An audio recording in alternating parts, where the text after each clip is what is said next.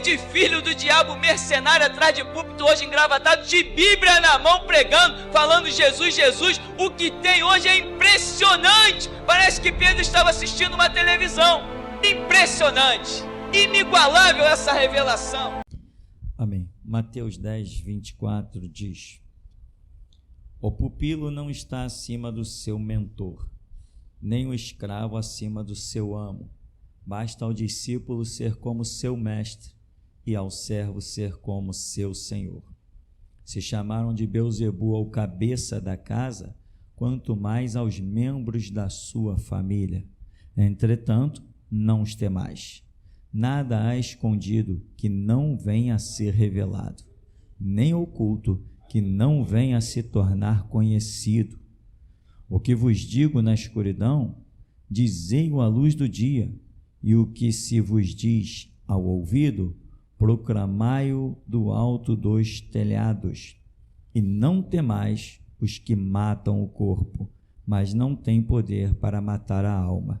Temei antes aquele que pode destruir no inferno tanto a alma como o corpo. Amém, irmão? Podeis sentar. Irmão, Jesus veio a esse mundo com uma missão. Qual é a missão de Jesus? A sua ideologia. E pagou o preço dessa missão, né? Trouxe um testamento, e ele disse: o testamento, para entrar em vigor, o testador, me perdoem se tem palavras erradas, que de temas jurídicos eu entendo 0,0. Então, o testador tem que morrer para que o testamento entre em vigor. Jesus falou sobre isso, todo mundo fala sobre isso, todo mundo diz que é assim. Então, Jesus veio, trouxe o testamento e teve que morrer para que o seu testamento entrasse em vigor. Não é assim quando se faz a herança, né? Enquanto a pessoa está viva, aquele testamento não tem valor nenhum. Então, Jesus veio e trouxe esse cumprimento. Mas o que Jesus nos trouxe? Jesus nos trouxe uma ideologia. O que é uma ideologia? É uma linha de pensamento. Uma ideologia é uma forma de vida. Por exemplo, nós temos os hippies. Já não ouço mais falar nisso. Hippie eram pessoas que viviam, não trabalhavam, não fazia nada. Quando alguém entrava para esses movimentos hippie, os pais ficavam desesperados. Não vou nem dizer não trabalhavam, criavam algumas coisas artesanais, mas não queriam saber de nenhum dos trabalhos seculares, tradicionais. Então criavam pulseiras, chapéu, cordão, de coisas da natureza, e saíam vendendo e iam vivendo seu dia a dia. Infelizmente, esse não era um problema. O problema é que normalmente se lançavam as drogas e tudo mais, como se viu, mas era uma ideologia. Nós possuímos hoje na nossa sociedade várias ideologias, dentre elas a ideologia política. Tem pessoas que dizem: não, sem política o homem não vive, tem que ter política. Aí uma vez eu disse para uma pessoa: não estou nem aí para política, para mim nem interessa quem é presidente, governador, quem está candidato. Eu falei: isso nem me interessa. Ele falou: não é possível, sem política um homem não vive. Eu falei: tá, eu entendo, é a sua forma de pensar, mas a minha ideologia é a do Evangelho. Se todos nós nos curvarmos à palavra de Deus, Ele será o nosso, abre aspas, que o Senhor não se sinta ofendido, Ele será o nosso político, a nossa referência de governo, de prefeito, de presidente, de deputado. Ele vai ser o senador que cria a lei, ele vai ser os que votam a lei, ele vai ser todo mundo, vai se resumir tudo em Deus. Não era assim? Quando Deus citou a lei, né? Não está escrito aqui, Isaías 33, 22, não é isso? O Senhor é o nosso legislador. O que é um legislador? É aquele que cria as leis. Ele é juiz, ele julga pelas leis que criou. E ele salva a humanidade. Mas, enfim, ideologia é uma forma de viver que Jesus nos trouxe. Essa forma está no Evangelho como básica. Mas Deus não está limitado ao Evangelho. Tem pessoas que dizem assim, não, tudo eu tenho que achar base na Bíblia. Irmão, eu vou dizer uma coisa para você. Eu até acredito que a grande maioria das coisas, maciçamente, tem base bíblica. Mas eu não posso acreditar que Deus esteja limitado à Bíblia. Não, eu não posso. Pois quando a gente estuda teologia, eu particularmente passei 3 anos estudando isso, foi quando eu ouvi pela primeira vez em teologia a palavra transcendental. Eu nem sabia que era isso. Quando o professor falou, como é que é esse negócio? Transcendental. O que é isso? O professor deu a explicação, eu fui para o dicionário e nós dizemos, e realmente Deus é transcendental. Transcendental é aquele ser que não está limitado a absolutamente nada. E tem mais, ele não se compara a nada. Por mais que você imagine qualquer coisa, ele está sempre acima. Imagina o homem, você não pode comparar o homem a Deus. Deus está muito além dessa coisa de homem, esse corpo carnal, esse cérebro. Você acha que Deus tem cérebro?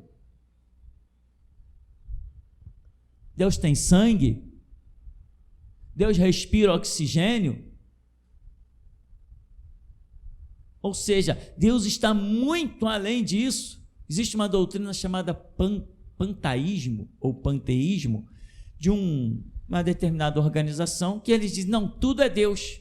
O ar é Deus, o animal é Deus, a formiga é Deus, o homem é Deus, tudo é Deus, ou seja, Deus criou tudo e Deus é tudo. Não, longe de nós. Deus criou tudo e não é nada do que Ele criou. Esse é o nosso Deus. Criou tudo, mas não é nada daquilo que Ele criou. Nada do que Ele criou pode se comparar a Ele mesmo. A única coisa que nós podemos comparar a Ele, e ainda assim vai ficar devendo, é o que Ele próprio gerou, o seu Filho amado, que Ele gerou de si, não criou. Jesus não foi criado, Jesus foi gerado. Por isso Jesus fez questão de dizer, amor deu ao mundo seu Filho unigênito, código genético. E por que eu digo que ainda fica devendo da grandeza do Deus Pai? Porque o próprio Senhor Jesus nos ensinou isso. Ele disse, o Pai é maior do que eu. Acabou. Então, veja que Deus é tão tremendo que o próprio Senhor Jesus nos deixa o ensinamento de que o Pai é maior do que Ele. Se você não pode comparar o Pai a Jesus. Detalhe, quando Jesus disse o Pai é maior que eu, não estava se referindo o Pai é maior que eu porque eu estou aqui nesse corpo carnal andando nesse planeta. Não, Jesus na sua essência original, ali o Pai é maior do que Ele. Precisa de explicação disso? Quem é maior, o Pai ou o Filho? Se Jesus é Filho, o Pai está acima dele e põe acima nisso. Nós não estamos nem falando dos conceitos da terra, de que o teu filho pode adquirir mais poder, mais sabedoria, mais estudo, mais conquistas do que você. Não, nós não estamos falando disso. Nós estamos falando de algo espiritual, em que ninguém jamais, em tempo algum, ultrapassará ou se igualará aos limites, entre aspas, porque Deus não tem limite de Deus. Deus não tem limite, tá, irmão? Deus não tem limite. Então, é disso que nós estamos falando. Jesus nos trouxe esses conceitos, essas ideologias, e Ele não mostrou que o Pai não se compara a nada. A minha vida, eu mesmo a dou e torno a tomar. Esse mandamento eu recebi do meu Pai. Que outro Deus jamais fez isso? Buda fez? Confúcio, Maomé e Buda não é a mesma coisa não, né? E de paganismo eu entendo pouco. Enfim, o Padre Cícero, né?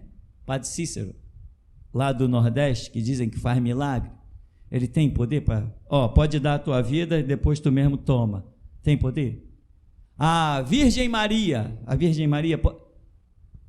nem só Deus, esse Deus, Pai do nosso Senhor Jesus Cristo, ele falou: ninguém vai tomar a minha vida, eu tenho um mandamento que ninguém toma a minha vida, e ele provou isso: a quem buscais? E bruft, todo mundo por terra. Eu vou entregar a minha vida. Enquanto as pessoas estavam pensando que iam matar Jesus, ele está ali se entregando. Por favor, tem alguém que queira me matar aí? Eu preciso morrer. Ele falou: o grão de trigo cai na terra, se ele ficar sem apodrecer, sem morrer, fica só ele, mas se ele morrer, ele vai dar? Então Jesus está suplicando: eu quero dar muito fruto, tem alguém para me matar, por favor? Quem quer me matar? Ei, eu vou provocar essa gente. Seu hipócrita, você come o mosquito e engole o camelo. Ei, seu canalha, você disse aí que a oferta é mais importante que o altar. Seu burro, o altar é que purifica a oferta. Por favor, quem quer me matar? Jesus saiu provocando para ver se alguém matava ele. Esse mandamento ele recebeu do Pai. O transcendentalismo de Deus é tão poderoso que Jesus vem e diz para você: quando os homens quiserem te matar, não esquenta não, eu estou indo preparar lugar para vocês. Isso aqui é um Deus tremendo. Então, irmão, quando Deus vem e cria o Evangelho, ele não se limitou ao Evangelho, porque nós vimos que homens fizeram coisas que Jesus não mandou fazer. Nós vemos isso na Escritura. Se você vê os grandes livros dos missionários, haja livro, um monte de coisa muito tremenda, muito gloriosa, você vai se deparar com missionários realizando coisas que Jesus não fez. Tem um homem, acho que, não sei se é do Portas Abertas, um monte de Bíblia contrabandeando, não sei se é irmão André que chama, e o guarda para ele na fronteira. O que você tem aí? Abre a mala que eu quero ver. Quando o homem abre a mala: rapaz, para onde você está indo? Estou indo para a cidade e tal. Então vai correndo, senão esses tomates que estão aí na tua mala, isso não vai dar tempo de chegar lá não, vai estragar tudo, vai correndo. Não tinha tomate, estava cheio, a mala estava lotada de Bíblia, e o homem só viu tomate dentro da mala. Esse é o transcendentalismo de Deus. Aí você vai dizer: Jesus entrou num carro? Jesus transportou Bíblia? Jesus contrabandeou Bíblia? Teve esse milagre com Jesus de as pessoas olharem para a Bíblia e ver tomate? Isso nunca aconteceu? Nem com Elias, nem com Eliseu, nem com Moisés? Não aconteceu com ninguém? Não aconteceu com Jesus, nem com Pedro, nem com Paulo, nem com Tiago, nem com João, mas aconteceu com o irmão André de Portas Abertas. Deus não está limitado a nada. Por isso é que nenhum dos seus planos podem ser frustrados. Quando o homem se coloca como barreira, Deus tem sempre algo além daquilo. Isso se chama transcendentalismo de Deus. Ninguém, de forma alguma, consegue limitá-lo, detê-lo, parar ou obstruir. O Evangelho, irmão, é uma ideologia, não é uma ideologia simples, porque ela pega todos os conceitos sociais da humanidade.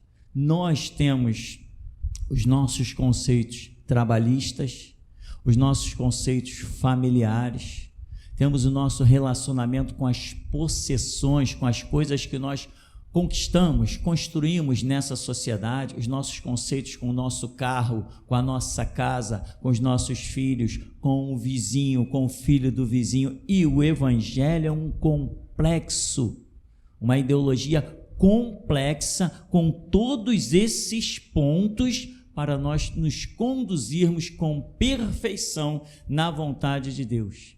E quando Jesus levanta um ministério, o que ele faz? Ele dá a visão ministerial que ele quer dentro desta organização. Ele põe na cabeça do líder ou do pregador o que ele quer que seja dito, o que ele quer que seja ensinado. Ele elucida as coisas que precisam ser ensinadas, coisas essas que já ficaram completamente ultrapassadas, porque uma coisa que Jesus não ensinou, é o que hoje se apregoa em todas as igrejas. A prosperidade, a palavra que foi dita já por alguns mercenários anos atrás, décadas atrás, vamos entrar no novo milênio e a palavra-chave da igreja será prosperidade. É uma palavra bonita. E toma-lhe fogueira santa do inferno, toma-lhe campanha, toma-lhe corrente, toma-lhe, eu sou profeta, aquele que der um cheque assinado de não sei quanto, olha, eu profetizo, você vai ter isso, vai ter aquilo outro, porque o espírito da prosperidade está sobre mim, blá, blá, blá, blá, blá. Isso nós vimos em rádio, televisão, ao vivo, no meio da rua, tem canalha para tudo que é lado. O Brasil é, como eu profetizei nesse púlpito, o Brasil já se tornou o maior celeiro de canalhas evangélicos, superando todo o globo terrestre. Nenhum lugar, nenhum país vai superar o número de canalhas evangélicos metidos a pastor. Nenhum vai superar o Brasil, nenhum. O Brasil será o maior até o fim. Quando eu profetizei isso aqui, muita gente não levou a sério. Hoje estão vendo que o Brasil é o maior celeiro de ladrões evangélicos rotulados de líderes e pastores. É o Brasil. É o Brasil, irmão. Assiste a televisão, é o Brasil. Domingo à noite não tem culto aqui. O que assusta muita gente, né? Domingo à noite não tem culto? E o que as pessoas fazem? Faz o que quiser, meu amigo. Não, mas se não tiver culto domingo à noite, as pessoas vão para outra igreja. Que vá. Não, mas tem que ter domingo à noite. As pessoas estão acostumadas com domingo à noite. Elas vão acabar indo para outra igreja e vai ficar membro de outra igreja e vai levar o seu dízimo. Que vá, que leve o seu dízimo. Aqui a gente segue regra. Jesus falou, é culto de manhã, domingo, e não tem à noite, ponto final. Aqui tem dono, a igreja aqui tem dono, aqui tem quem manda e tem alguém que não é tão louco para desobedecer. Aqui funciona assim. Então, aproveita o domingo à noite, meu irmão. Vai lá na Penha. Vai nessas grandes organizações por aí. Vai lá assistir o que eles estão pregando. Mas não esquece de levar o seu celular. Senta perto de uma caixa de som relativamente. Põe para gravar. Depois traz para mim. Me presenteia com áudio. Se eles não estiverem falando, se eles atravessarem um culto, pesquisa 6 meses, se eles passarem um culto sem falar em dinheiro, em exploração, então eu já posso fechar as portas dessa igreja, porque já tem substituto por aí. O evangelho, irmão, ele é uma ideologia, e essas coisas que eu estou te falando, esses pontos, fazem parte da ideologia. E aqui, irmão, uma das ideologias que Deus me deu a bater muito no complexo das suas informações é a coisa mais terrível. Você liga a televisão, você ouve o tempo todo as pessoas falando, não, a família é importante, a família isso, a família isso, a família aquilo. Quando eu estudei, tinha uma matéria que eu não lembro o que era, sei lá, o SPB, uma coisa dessa, organização social, e dizia assim, não, a família é a célula máter da sociedade. O que é isso? A família é que gera toda a sociedade. Irmão, eu vou dizer uma coisa para você, família pode ser importante, mas não é tão importante. Porque muitos grandes homens de Deus, na Bíblia, como Pedro, por exemplo, a família dele nem aparece. Paulo, por exemplo, escolheu, não sei se escolheu, porque eu creio que escolheu, não aparece mandamento dizendo que ele não casaria ou coisa semelhante. Paulo passa toda a sua vida, pelo que entendemos até aqui, um homem sem família. E me mostra quem com família teve uma obra maior que a de Paulo.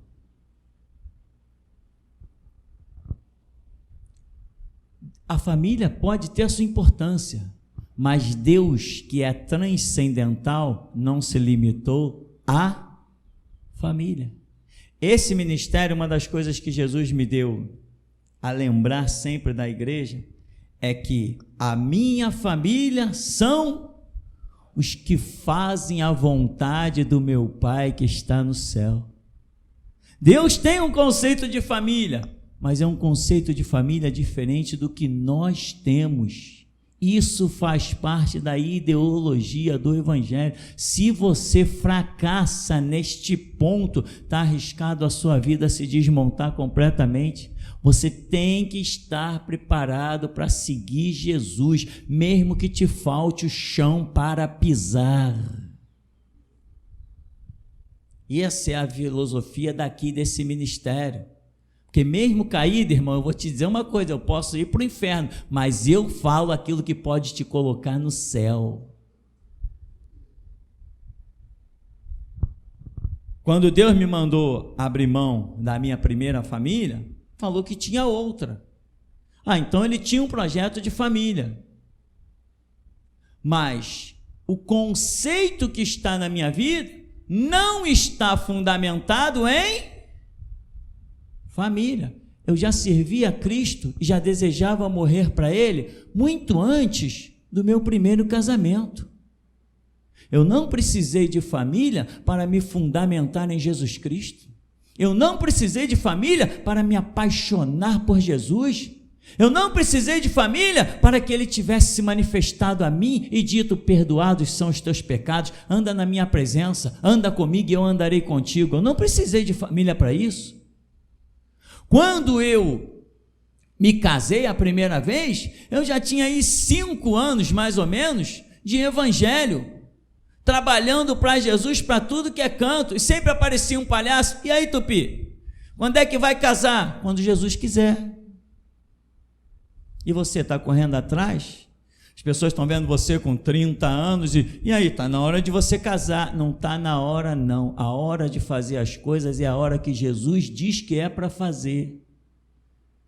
Cuidado, irmão, cuidado com os conceitos da sociedade. Ia lá, está com 28 anos e vai ficar para titia. Fica para titia, fica que nem Simeão e Ana, aguardando a promessa. Porque é tu que vai pegar nos braços a promessa do Todo-Poderoso. É você, meu irmão. Enquanto outros não, não, eu estou fazendo, eu vou acontecer. Por quê? Porque os conceitos da sociedade estão impregnados na mente de algumas pessoas. Quem foi que disse que você tem que casar? Não, porque um homem não vive sem mulher. Então Paulo, o apóstolo Paulo, era o que? Era um bicha? Era um homossexual? Quantos homens de Deus não se casaram? Isso não é mandamento, eu estou falando de direção. Obviamente não é mandamento, porque na Bíblia não tem mandamento, né? Muita gente diz assim: não, mas os padres não se casam. Olha o resultado: a bandalheira e a pedofilia. Alto lá, não me venha comparar instituição e servos do diabo com igreja e servos do Deus vivo. Não venha me comparar homem a animal, não faça isso. Homem que tem direção, que tem uma ideologia, não importa as pressões da vida, não importa o que ele tenha que rejeitar, ele atravessa os seus desertos, entra nas fornalhas, passa nas covas e glorifica o Deus Todo-Poderoso. Porque foi para isso que Jesus nos chamou, para atravessar desertos e vales da sombra e da morte. Mas o cajado dele e a vara faltam na tua vida? Se não falta, ela te consola e ele vai preparar uma mesa perante você na presença das tuas adversidades, dos teus inimigos. Então, irmão, o conceito de família aqui não é pai, não é filho, é o justo. É o justo, irmão. E eu vou dizer uma coisa: se você tem entendido os objetivos desse ministério e tem vindo a este lugar, que é de difícil acesso, irmão, eu imagino que você quer esses conceitos, você quer essa ideologia que constantemente Jesus me dá a se repetir nesse lugar.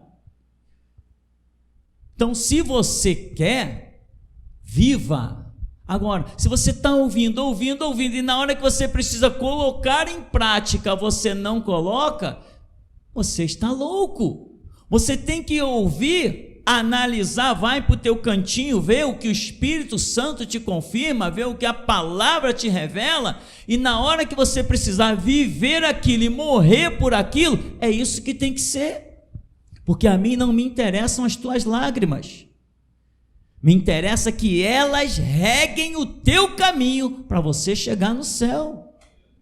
Irmão, não estou preocupado com a tua esposa nem com o teu filho. Eu também tenho esposa e filho. Não estou preocupado com o teu marido, não estou preocupado com a tua mulher. A mim interessa um coração quebrantado e contrito. E para que o coração seja quebrantado e contrito, é por isso que eu tenho essa marreta na mão e a porrada esquenta mesmo. Aqui a pancada esquenta mesmo, com todas as letras, para que você entenda que não vai entrar no céu tocando marcha nupcial, você e tua esposa e tua família. Ei, Jesus, chegamos! Naraná, naraná. No céu não tem essa gracinha não, meu irmão. Quando você adentrar no céu, tu tá cheio de cicatriz e marcas de sangue por todo o corpo. E quando tu passares na porta da eternidade, tu estarás sozinho. Sozinho, meu irmão. Não me interessa a tua filha, meu irmão. Não tem essa filosofia aqui no ministério. Não me interessa a tua filha. Não me interessa se os profetas vão se levantar e o que quer que eles vão dizer. Eles vão dizer e eu vou apostar a vida no que eles estão dizendo. E se tu vai se sentir ofendido, se tu vai se sentir, sei lá, envergonhado, não deveria.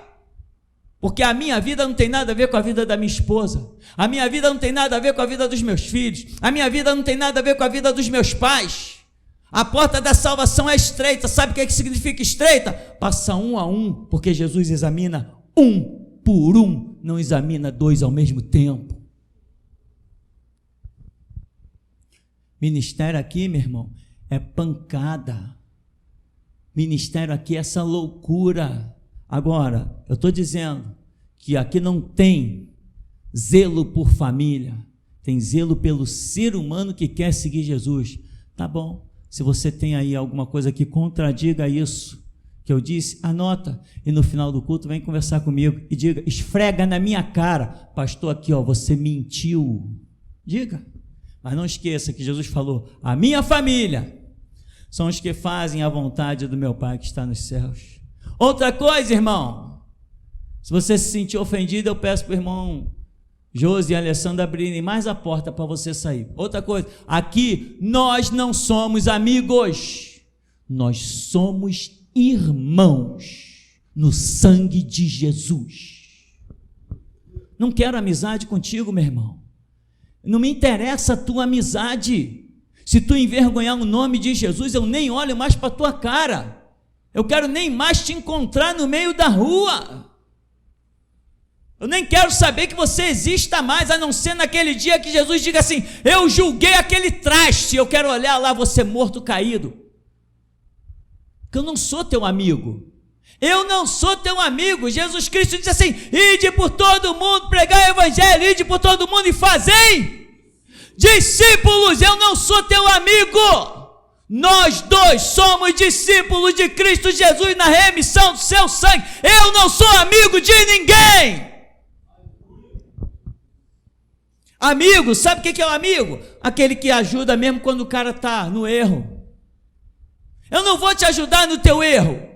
Tu tem que andar certo, tu tem que andar justo, tu tem que ser íntegro. Isso é discípulo. Não tem amizade. Não tem negócio de amizade. Tem gente que, pastor, pode me emprestar tantos reais? Não posso não, irmão. Todo mundo sabe que eu posso.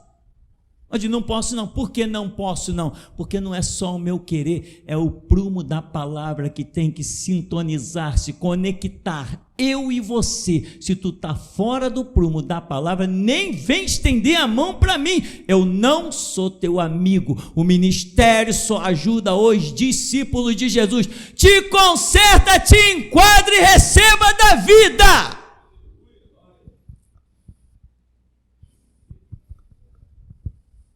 Tem muita gente que acha que é assim. Às vezes Deus vem e começa a repreender coisas lá de 10 anos atrás. 10 anos se passaram. Aí a pessoa começa a não aceitar a repreensão de Deus. Não, já me consertei, blá, blá, blá. Amigo, tem consertos que não estão vinculados ao arrependimento. Existem consertos que estão vinculados a abandono e reinício. Tem conceitos que estão vinculados a abandono e reinício. Não uma palavrinha de arrependimento. Me perdoa do meu pecado. Perdoar do pecado é aquilo que você não tem mais como lançar mão para restaurar o teu erro. Mas aquilo que tu podes restaurar o teu erro, acredite, Deus vai cobrar mais. Neemias está lá edificando a cidade, edificou e tal. Daqui a pouco, tá tudo errado aí. O que são essas mulheres todas ímpias aí? Olha o Deus que elas estão cultuando. Há quanto tempo está casado, meu amigo? Há 10 anos, Neemias. Tem filho? Tenho 2 filhos. Um de 3, um de 4 anos. É mesmo? Bonito. Você está casado há quanto tempo, meu amigo? Estou casado há 8 anos. Tem filho? Tenho. Qual a idade do teu filho? 4 anos. Você está casado há quanto tempo? 10 anos. Qual a idade do teu filho? 9 anos. É mesmo? Assim diz o Senhor: despede a mulher de vocês e também o filho, se quiserem servir ao Senhor. Isto é geração Jesus Cristo. A pancada é violenta. Senão tu pode até sentar aí, mas não farás parte disto aqui. Esse é o conceito, meu irmão. Não tem essa de, eu já estou convivendo com esse pecadinho aqui, já virou o meu pecado de estimação. Eu já estou com isso aqui há 10 anos, há 8 anos. Deus não está nem aí para isso. Não está? O povo de Israel também pensou que Deus não estava nem aí para isso. De repente Deus levanta Neemias e diz assim: despeçam as vossas esposas, porque o Senhor tem dito desde Moisés: não tomarás mulheres de povos estranhos. Mas e o meu filho aqui? Eu tenho 2 filhos, 2 anos, 3 anos, 4 anos, 5 anos, 6 anos, 7 anos, vai ficar sem filhinho, meu amigo. Isso é verdade ou é mentira? Está escrito ou não está escrito? Eu posso ser caído e ir para o inferno, mas a palavra da verdade chega até você.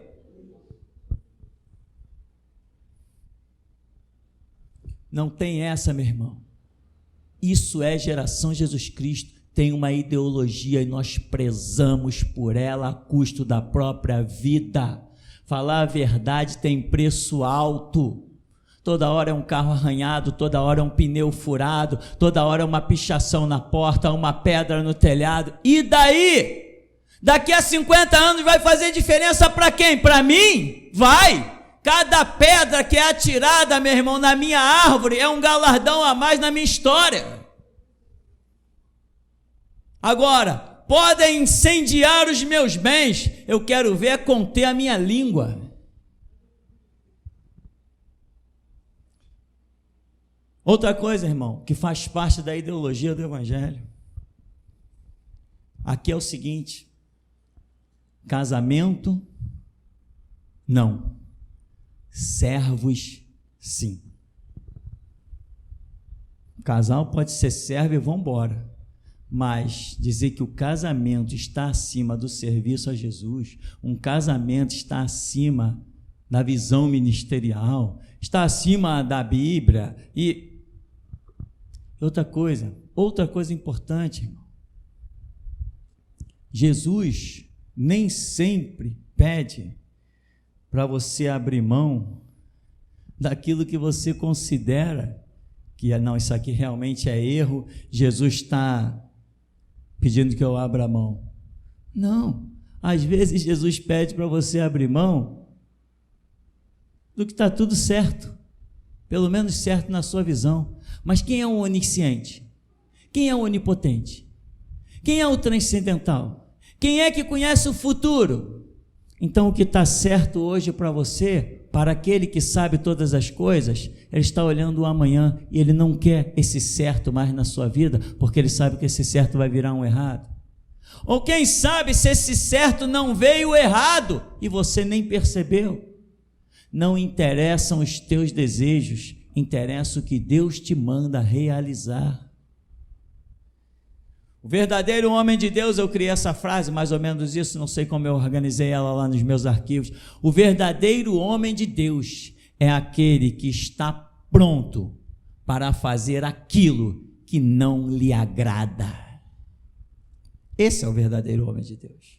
Tem gente, não, eu vou fazer isso que eu gosto disso, né?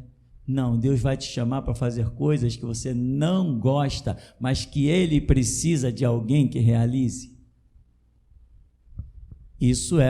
Essa é a mentalidade da geração Jesus Cristo.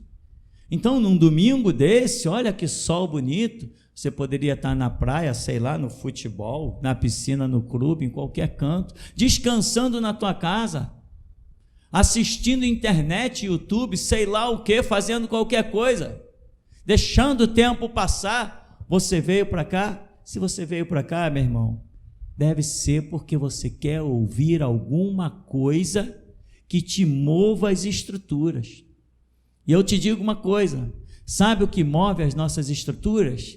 São sempre as novidades. É o terremoto que surpreende, move a estrutura dos prédios. É o vendaval que chega, move a estrutura das árvores. Você não entra nesse lugar para ouvir o que você já sabe. Você entra todos os dias neste lugar para ouvir alguma novidade. E muitos ouvem essas novidades de um Deus transcendental e acabam reprovados.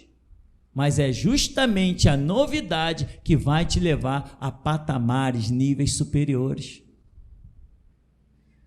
O que ensina a Escritura? Entra no teu quarto, fecha a tua porta, fala com teu pai. Os loucos ouvem a novidade e dizem assim, eu não concordo com isso não. Os loucos fazem isso. Mas os sábios, não. Uma vez eu ouvi uma coisa, um jovem me trouxe um estudo, a igreja ainda era lá embaixo, ele me trouxe um estudo, e nesse estudo diz assim, olha, o arrebatamento é de um jeito, mas no tempo, olha, repara a comparação com os dias de Noé. Olha bem, o autor está dizendo que os arrebatados serão um povo diferente da nossa visão. Eu falei, é mesmo? Tem uma cópia desse negócio aí? Pode ficar com essa. Trouxe para o pastor, falei, beleza. Fui lá para o meu cantinho e estudei e disse, eu estava errado, o autor disso aqui está certo. Dali para frente eu prego do jeito que ele falou. Fui para o meu canto, orei, Senhor, eu vou pegar isso aqui, que venha a tua revelação. Quando eu comecei a ler e toma passagem, o Espírito de Deus mostrou, é isso aí. Porque você acha o quê? Que quando Jesus se manifestar, no arrebatamento, quem vai subir? Os santos. Quem vão ficar? Os ímpios. Mas quando Jesus voltar, quem vai sair da terra? E quem vai ficar? Porque a manifestação do arrebatamento, sai pessoas e vem pessoas, e 3 anos e meio depois, é Jesus que vem.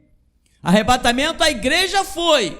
Depois a vinda de Jesus, como está dizendo literalmente, Jesus vem.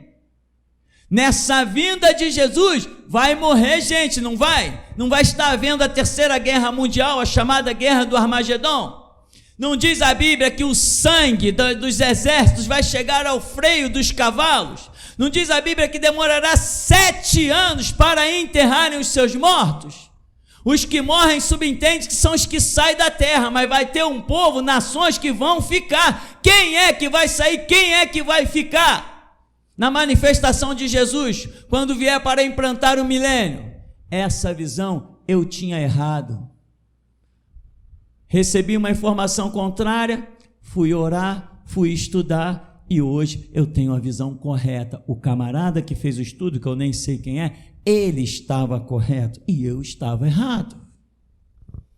Não é nem coisa que pregávamos. Até hoje nem pregamos, mas é um entendimento que fez diferença na minha vida. E você, ouviu alguma coisa diferente? O que você fez com isso diferente que você ouviu?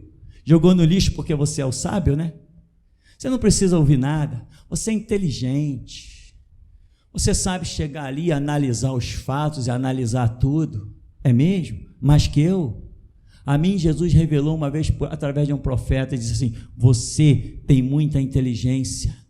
Ele revelou isso na igreja. Eu fiquei ansioso. Quando eu cheguei em casa, dobrei meu joelho e disse assim: Senhor, se eu tenho alguma inteligência, eu consagro ela a Ti para que ela seja usada para louvor e glória do Teu nome. Eu não quero ser visto na sociedade como cara inteligente, eu quero ser visto como cara servo.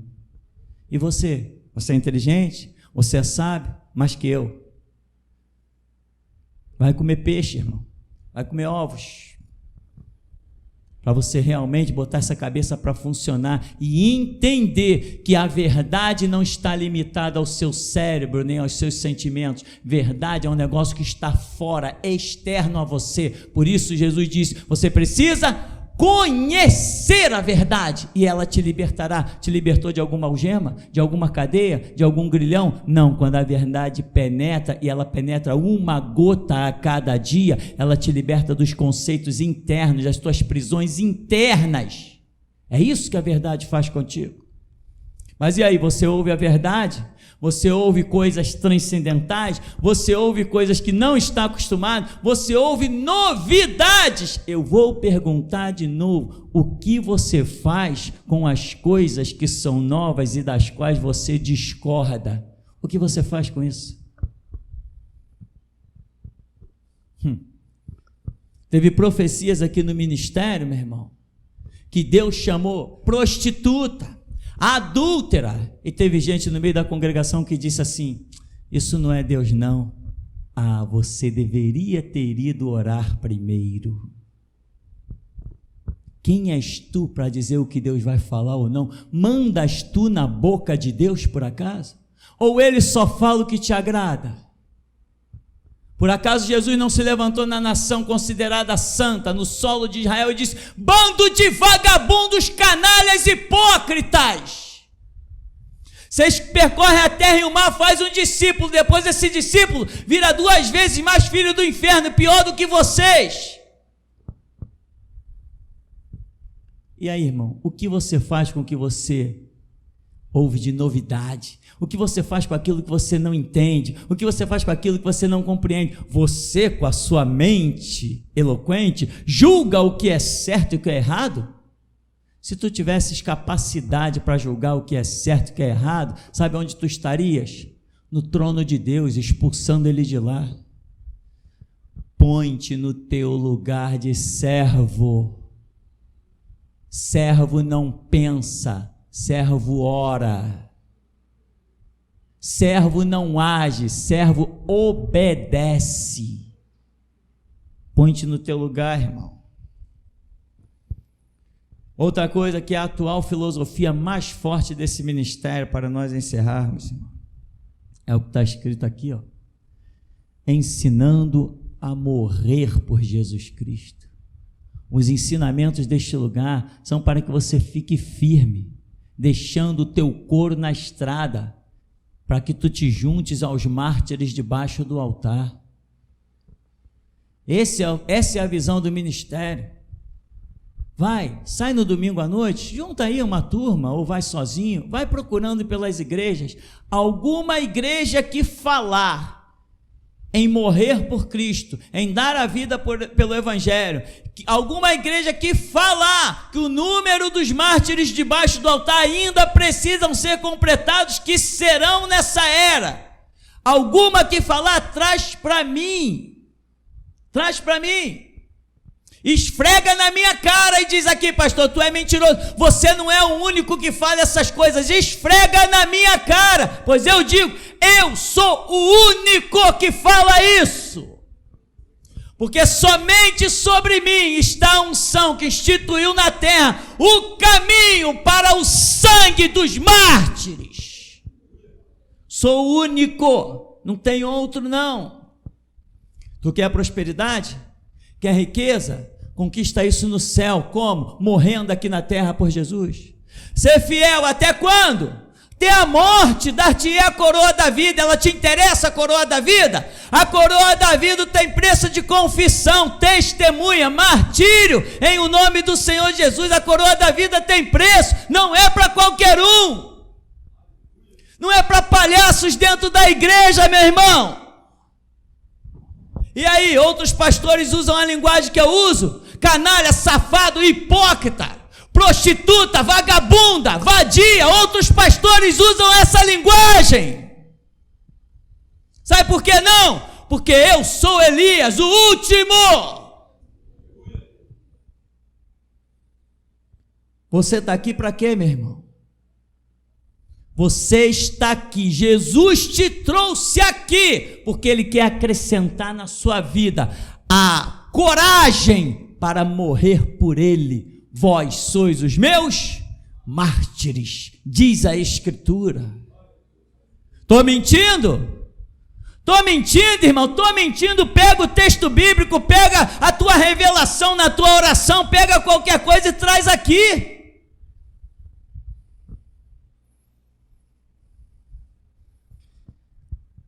Aqui diz, ó.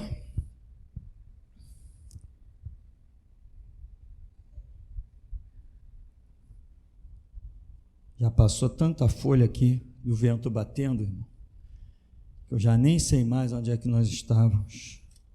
Mateus capítulo 10, para encerrarmos aqui.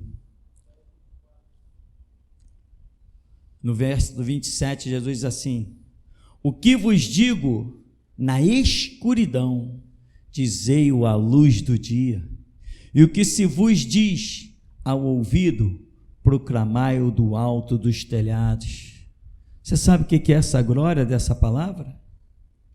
O que vos digo na escuridão, na noite. O que é a escuridão? O que é a noite? É aquele momento que tu está sozinho, é aquele momento que está todo mundo o quê? Dormindo, mas você está acordado. Então, você que recebe lá na escuridão, é você que recebe na intimidade, e quando dá o meio-dia que todo mundo acorda naturalmente, você é a pessoa usada para anunciar aos quatro cantos. Eu vi muitos dormirem à meia-noite, a meia-noite espiritual, enquanto eu lia o versículo, diz assim: por se multiplicar a iniquidade, o amor de muitos esfriará. Eu vi pastores, eu vi seminaristas, eu vi diáconos, eu vi todo mundo dentro das igrejas usarem isso como sinal, como motivo para a sua fraqueza. Não, irmão, está aqui escrito, ó: por se multiplicar a iniquidade, o amor de muitos esfriará. Eu ouvi essa verdade. Sabe o que eu fiz com ela? Sabe o que eu fiz com esta verdade? Eu não aceitei ela. Porque está escrito, eu fui para o meu canto, eu fui para o meu quarto, essa palavra ficou me queimando. Quando acabou o trabalho que estávamos fazendo na rua, eu fui para casa, dobrei o meu joelho e disse assim: Senhor Jesus, está escrito o amor de muitos, mas não está escrito o amor de todos. Que eu seja entre os poucos escolhidos, que eu não esteja entre esses muitos, que eu trabalhe e viva por ti todos os meus dias. E você? Não, irmão, está escrito, ó, a verdade, eu vou te mostrar a verdade, irmão. Ó, o amor de muitos esfriará. Depende, você está incluído entre os muitos? Depende de você, irmão. Por isso é que eu falo o que escandaliza todo mundo, porque eu ouvi no escuro, eu ouvi na meia-noite, eu ouvi sozinho, quando ninguém queria velar junto comigo. Eu fiquei lá sozinho, lutando contra o sono, para ouvir o que fala comigo Todo-Poderoso. E hoje, em que todo mundo está acordado naturalmente, a voz que é gritada é a minha, mas a palavra eu sei que é a dele. Então, meu irmão, atente para a sua vida, atente para a sua história, e estude, ore, busque, ouça os seminários, ouça as pregações, Ainda resta um pouco de tempo para você ser sábio, inteligente, instruído e ter a revelação. Ainda resta pouco tempo. Ebenezer, até aqui nos tem ajudado, Senhor. Aleluia. No momento do louvor, minha irmã, e a Dayana louvava, a unção foi tão grande e ela penetrou dentro de você, foi lá no teu útero. E acredite, o fruto do teu útero foi abençoado. Tamanha era a unção, pareciam ondas de choque, invadiu toda a igreja e foi lá no teu útero e abençoou. Amém, minha irmã.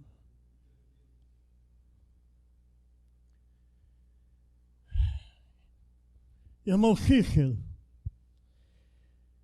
é o seguinte, preste atenção e Deus vai te falar nessa manhã. Eu tive uma visão que na frente do púlpito era um organismo vivo. Havia órgãos, né, do corpo humano e na frente, células, né, veias. E você estava ligado a esse organismo vivo por uma veia bem mais grossa e algumas artérias. Você estava ligado. Havia uma oração também aí na frente. O mestre era a mente disso, era o cabeça desse corpo, desse organismo vivo. E você estava ligado a ele. E de repente surgiu 2 anjos aqui ao lado. Cada um segurava na mão 2, como é que chama aquilo de sangue? Bolsa de sangue. 2 bolsas cheias de sangue. Cada um segurava 2 na mão. Meu irmão, Deus investiu muito alto na tua vida. Muito alto. Até o teu corpo físico, é Ele que te instrui, é Ele que te abençoa. Até o teu corpo físico. Então, os anjos seguravam essa bolsa de sangue, porque pode precisar fazer uma hemodiálise em você, porque o teu sangue pode se contaminar. E ali está o sangue, porque Deus investiu alto na tua vida. Foi essa visão que Deus me deu ao teu respeito. Mestre, o coração estava aqui e não aí, para que tu haja a tua mente e você aprendeu um conhecimento, não um oração. Por isso o oração estava aqui e não aí em você. Amém. Até aqui.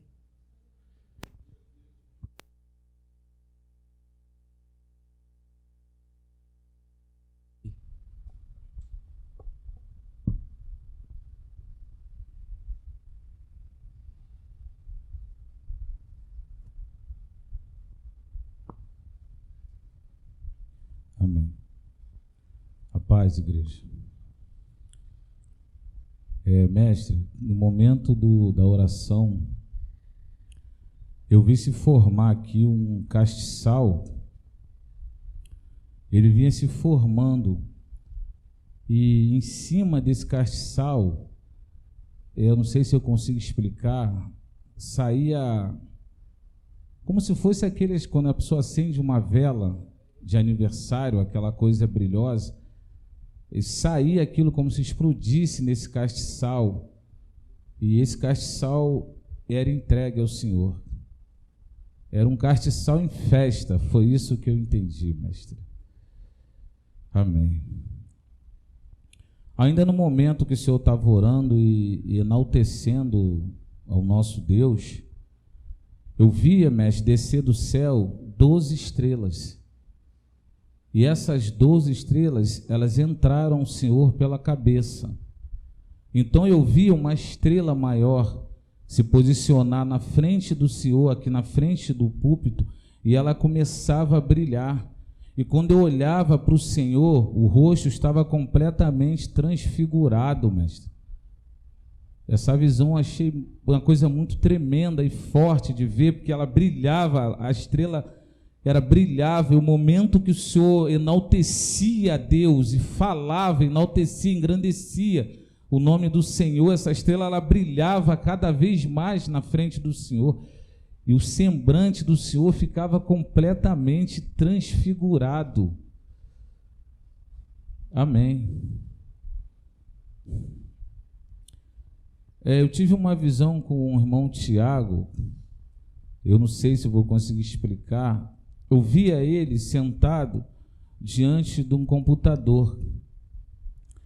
E o que aparecia para ele eram umas letrinhas como uma espécie de código. Código, não era a tela normal, era uma espécie de código, o funcionamento da máquina. Então eu vi aqueles códigos sair e entrar na mente do Tiago, entrar na cabeça do Tiago, e eram muitos códigos que entravam na mente dele, mestre. Amém. Irmão Marquinho, eu vi, irmão, você recebeu uma bota. Essa bota era preta. E essa bota, ela tinha uma chapa de metal embaixo. Ela ficava um pouco distante do piso. E aquela bota, ela se transformava a parte de baixo em algo afiado, que quando você passava, tipo, cortava assim onde você passava, e depois ela voltava ao normal, ficava uma chapa mesmo de metal, ia se transformando o tempo inteiro, em momento que o irmão ia andando e caminhando. Amém. No momento da adoração com a irmã Dayana, a palavra adoração, ela ficou circulando a congregação, circulando o tempo inteiro. E uma dessas, Daniele, parou na tua frente. E Deus mandou te fazer uma pergunta: por que abandonastes tu a minha adoração? Ainda há tempo. Amém, mestre, até aqui. Davis.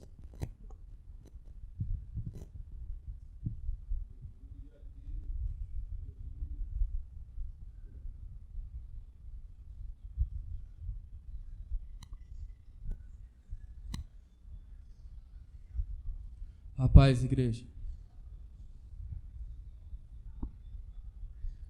Cícero, no momento do louvor, Deus me deu uma palavra a ti.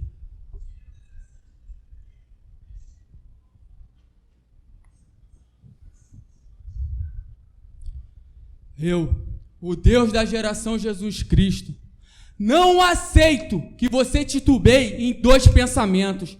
Muito eu te dei, não falo de bens materiais. Você ouviu coisas que muitos aqui não ouviram. Eu sequei as suas lágrimas, eu acompanhei a tua estrada. Não aceito que você titubeie em dois pensamentos. E aparece diante de ti a coroa de dores, e aparece diante de ti a marreta na qual se geram os diamantes.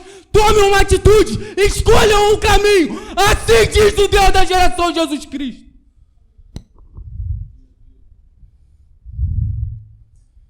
Mateus,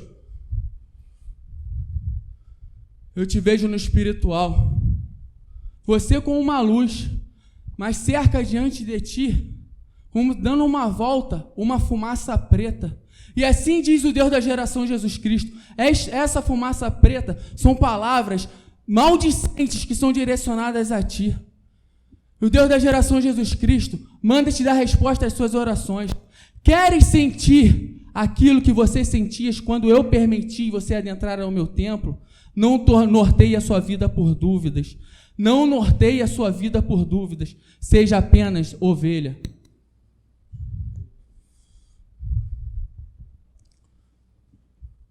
Quem és igreja, Deus traz um pensamento. Aparece diante de uma árvore, uma mãe e um filho. E o filho pergunta para a mãe: mãe, por que os galhos dessa árvore estão secos? Ela está morta, tem que derrubar. A mãe diz ao filho: filho, olha a raiz dessa árvore, como a raiz ainda está forte. A raiz transmite vida. Mãe, como a senhora tirava o alimento desta árvore para eu fazer eu crescer? Eu lembro que a senhora vinha para cá e trazia um alimento. A mãe diz ao filho: eis o tempo dela estar sem folha, eis o tempo dela estar sem fruto, mas o alimento que eu tiro desta árvore para ti vem da raiz, vem do caule, vem da folha e vem do fruto. Esse é o pensamento que Deus traz a vocês que ainda são igreja. E assim diz o Deus da geração Jesus Cristo: não esqueçam que vocês são ovelha. Até aqui, mestre.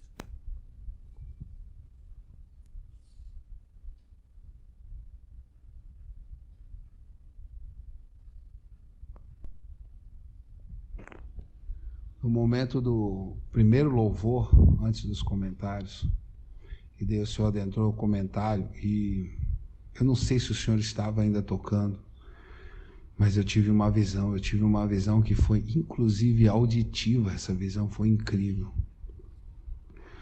O som do violão do senhor, ele mudava, e ele transformava-se em vários sons. Eu vi como se saísse de dentro dele o som de uma gaita daquelas escocesas, e vários outros sons, muitos sons. O violão do Senhor se transformava em muitos sons. Amém. Assim diz o Senhor da geração Jesus Cristo: a posição que o Senhor, mestre, alcançou, diz o Senhor Deus, na terra, desde já, é uma posição grandiosa, que nunca, nem Davi, diz o Senhor, nem o rei Davi alcançou, pois em ti está sendo erigido e erguido um templo de louvores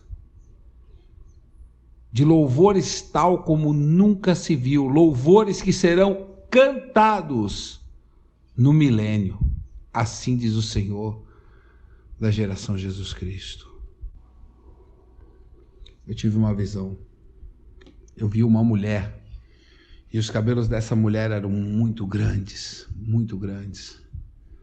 Os cabelos dela arrastavam-se no chão por um grande pedaço. E eu só vi essa mulher por trás, com esses longos cabelos.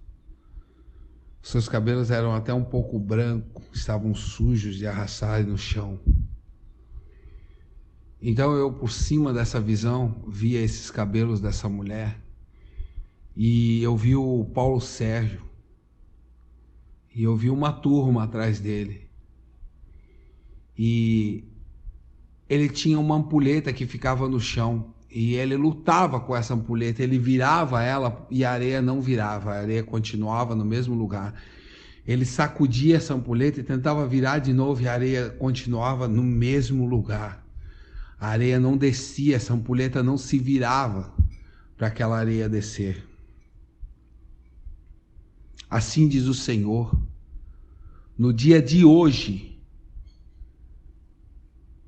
eu trouxe um decreto e o teu tempo se encerra. Paulo Sérgio, eu vejo o trailer deles e ele se amassa. E eles ficam como presos lá dentro. Presos dentro do trailer. Eu vejo uma grande roda, como uma roda de moinho. E ela tem um buraco. E nesse buraco ela passa uma mão. E essa roda, ela fica não girando, mas ela fica indo de um lado para o outro.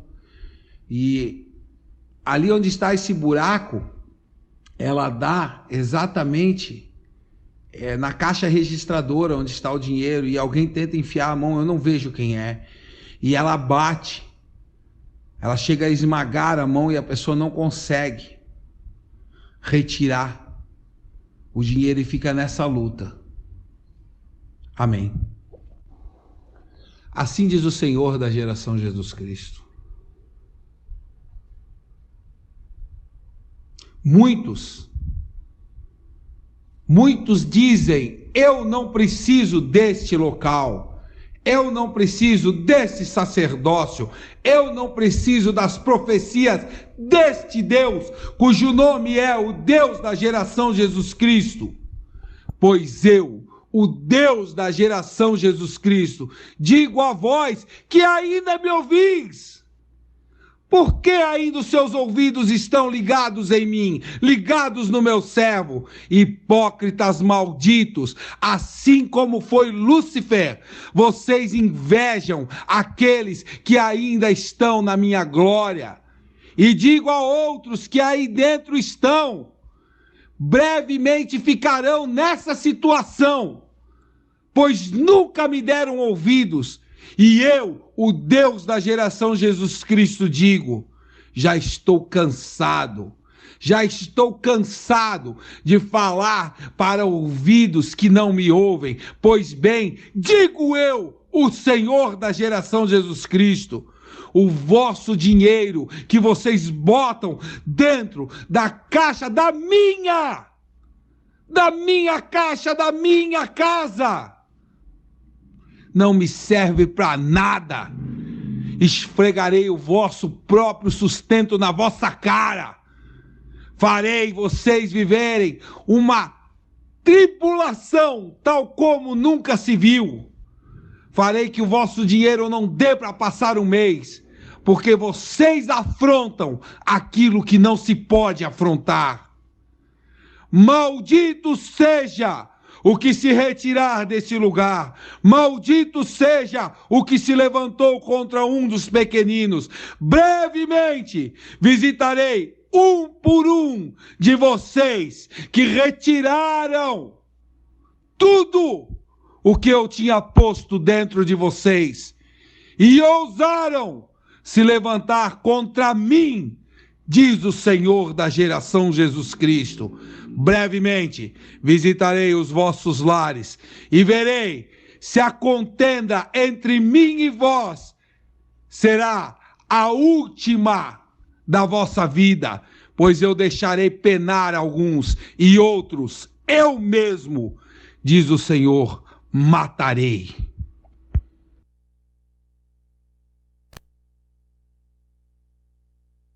Boa noite, profetas.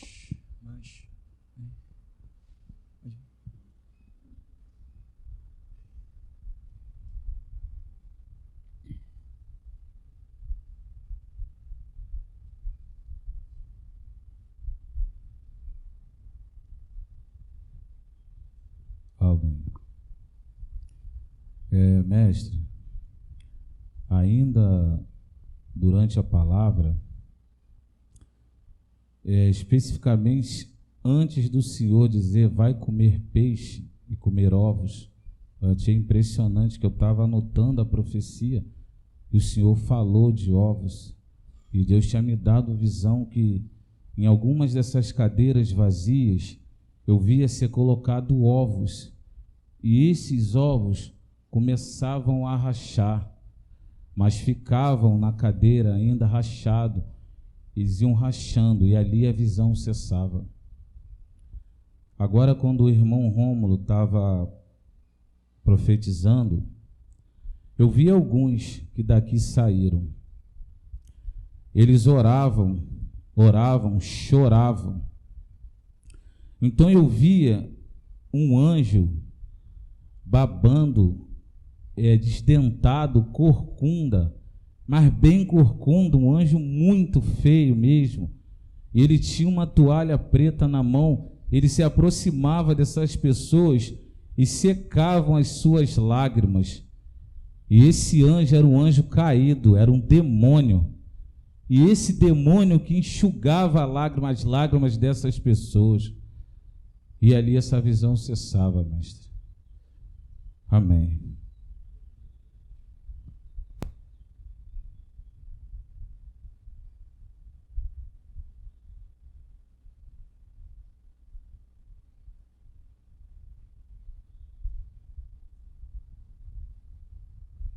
Aleluia. Louvado e engrandecido seja o nosso Deus que é vivo e poderoso. Cícero, eu via você, irmão, com esta câmera, chegar até a porta da sua casa. Quando você colocava a mão na maçaneta, eu vi se levantar muros. Cada passo que você dava, se levantava mais muro, e mais muro, e mais muros. Então essa visão cessou. Mestre, eu vi uma grande aranha. E essa aranha, ela jogava as suas teias. E as pessoas que saíram do ministério estão falando. Eu vi as teias se enrolar nelas, Enrolou até a metade das pernas. Então ali parou, essa visão cessou. Amém. Mas ninguém mais. Amém, irmão. Vamos agradecer a Deus.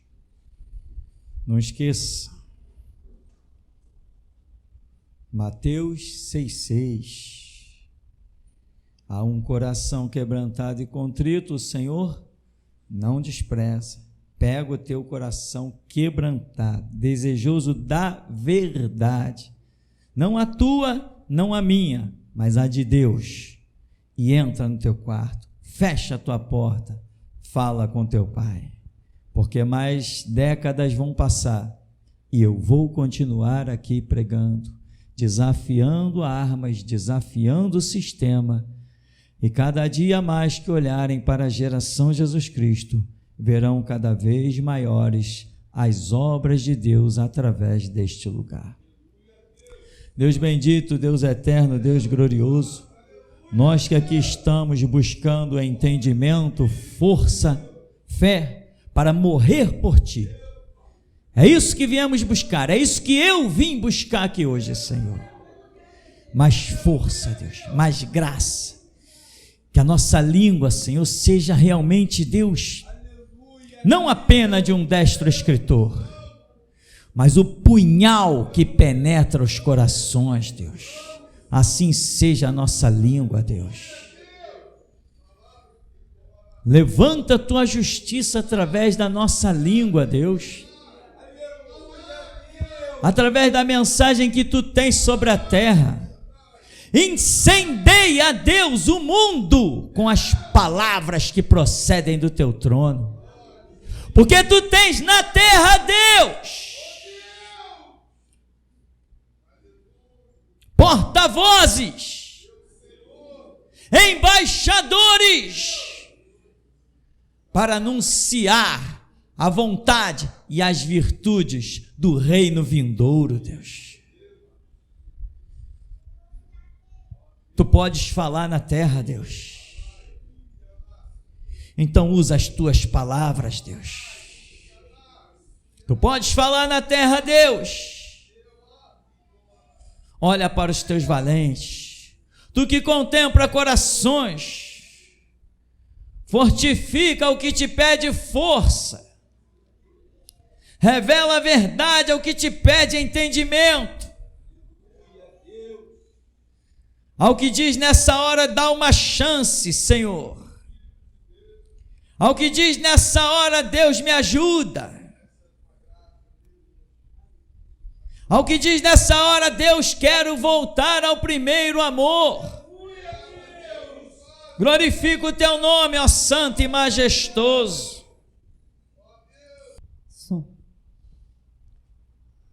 Durante a pregação,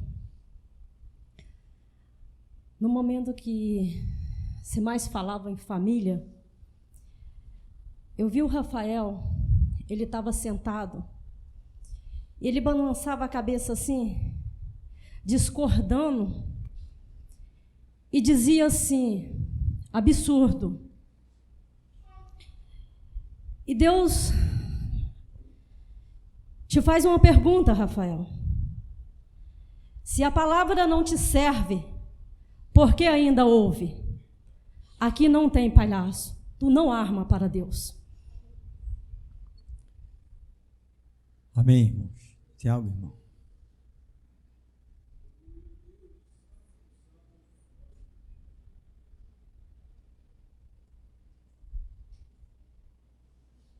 Aleluia. Nesse exato momento em que a irmã Cláudia trouxe essa profecia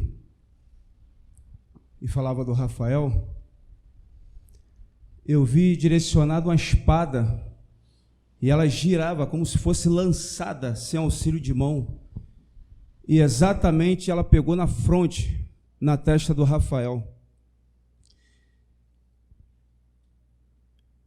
Nessa manhã Deus o feriu. Deus o feriu. Amém. Irmã Dayana, Deus manda te dizer o seguinte: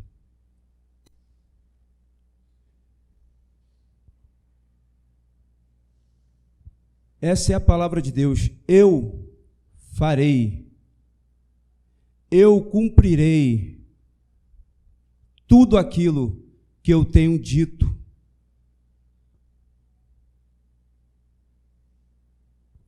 Assim diz o Senhor, o Deus Todo-Poderoso: eu partilhei da minha essência contigo, diz o Senhor. No momento em que você cantava a Deus, uma unção muito poderosa, ela veio sobre você. E essa unção está sobre você. Essa unção te acompanha. Por isso ela foi partilhada com a irmã Helene. Essa unção te acompanha. Diz o Senhor: eu sou o teu Deus, o Deus da geração Jesus Cristo. Manda dizer o Senhor. Nasceu, mestre, um furacão de espadas muito violento antes do Senhor começar este último louvor.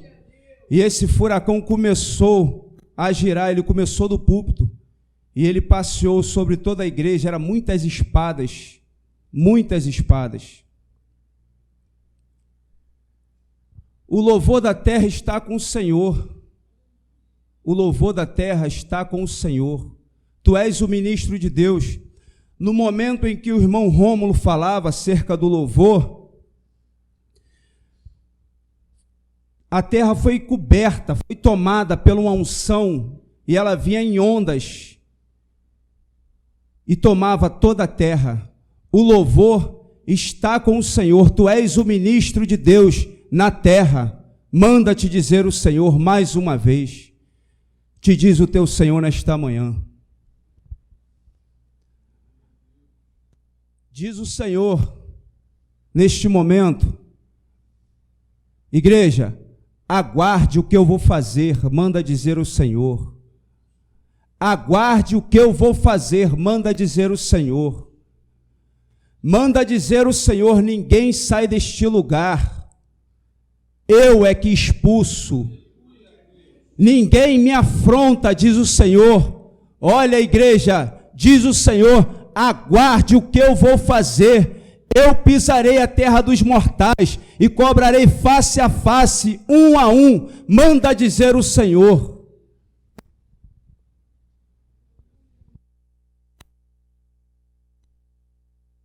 Aleluia.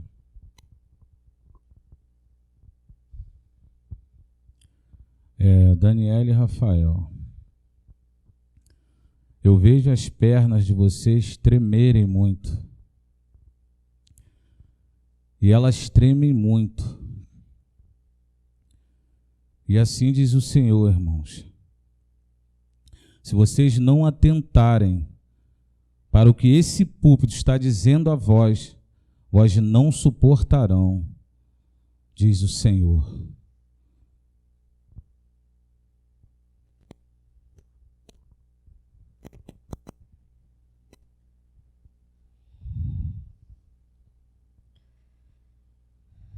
Escuta isso, Paulo Sérgio, que não é uma profecia.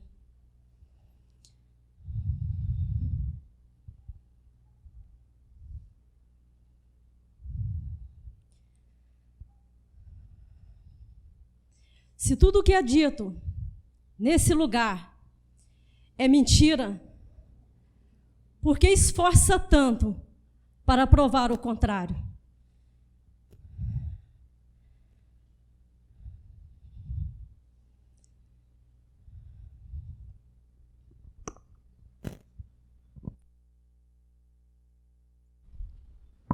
Algo mais? Bendito Deus e Pai, leva-nos, Senhor, na Tua graça, na Tua paz. Tu és tremendo, Senhor. Deus, a perfeição com que Tu falas me impressiona, Deus. Sou impressionado, Deus, como Tu consegues, ó Deus, organizar uma frase de tal maneira. Que capacidade tens Tu, Deus. Tu não tens raciocínio, Deus. Raciocínio é coisa dada aos homens e até aos animais. Tu és tremendo, Deus. Bendito seja o Teu santo nome, ó Pai. Ensina-nos a contar os nossos dias, Deus, de tal maneira que alcancemos um coração sábio e submetido à Tua palavra e ao Teu Espírito, porque o Senhor Jesus ensinou assim: a palavra que vos tenho dito é Espírito e vida. A palavra que tenho dito, tenho dado a palavra, mas ela também é Espírito e vida. A palavra pode estar parada, mas o Espírito se move.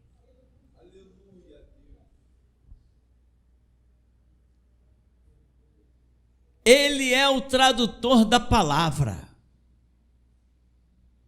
E com a mente da divindade, traduz aquilo que nós não vimos, traduz aquilo que não ouvimos. Deus, hoje Tu me fizeste apaixonar um pouco mais por Ti, Senhor. Você é adorador ou não é adorador? A quem tem, ser-lhe-á dado, e quem não tem, até o que tem lhe será tirado. Um adorador será cada vez mais adorador.